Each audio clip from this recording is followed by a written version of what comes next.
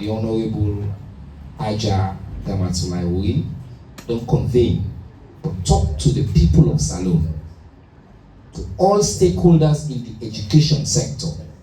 I know say beaucoup people where they listen or where they watch, where they wonder if I get it right as the Minister of Technical and Higher Education to appoint an acting Vice Chancellor and Principal for the University of Sierra Leone. And my answer to that day, yes, considering the circumstances, I get it right. And the reason for that is because a vacuum was created.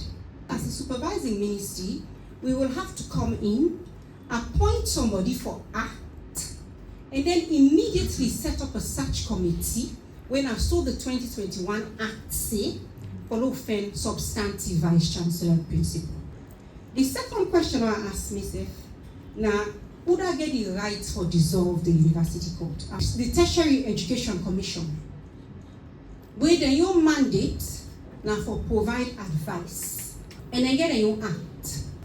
There's another section we say we empower TC for advice and recommend necessary remedies for any lapses in the performance of any tertiary educational institution. So they recommend to we 4 things. For say 1, we for annul the decisions of the court. So all the decisions where the court make after the 11th of December should be annulled. They also recommend follow we sanction the court. We for consider for impose immediate sanctions of the court for failing to provide effective leadership and for non-compliance to the decisions of the ministry and also the Parliamentary Oversight Committee. And then they also recommend follow we establish an oversight committee. We go in the short term manage the university affairs until we constitute a new court and appoint a substantive Vice Chancellor and Principal. And then they also recommend follow we set up an investigation committee for investigate the circumstances and decisions of the court that led to the contemptuous disregard of directives from the ministry and the Parliamentary Oversight Committee. We'll receive that letter then, we consult with the relevant authorities as always, and then we implement the recommendations.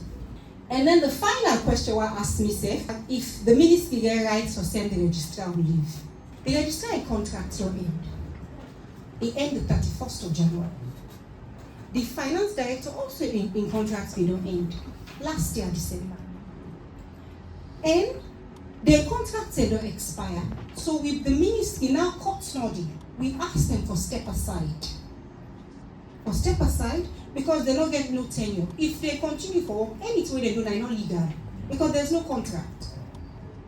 That's the logic behind that. And then the investigations then will therefore take place, it's linked back to the recommendation from TC. And then this now for look at processes and irregularities within the system.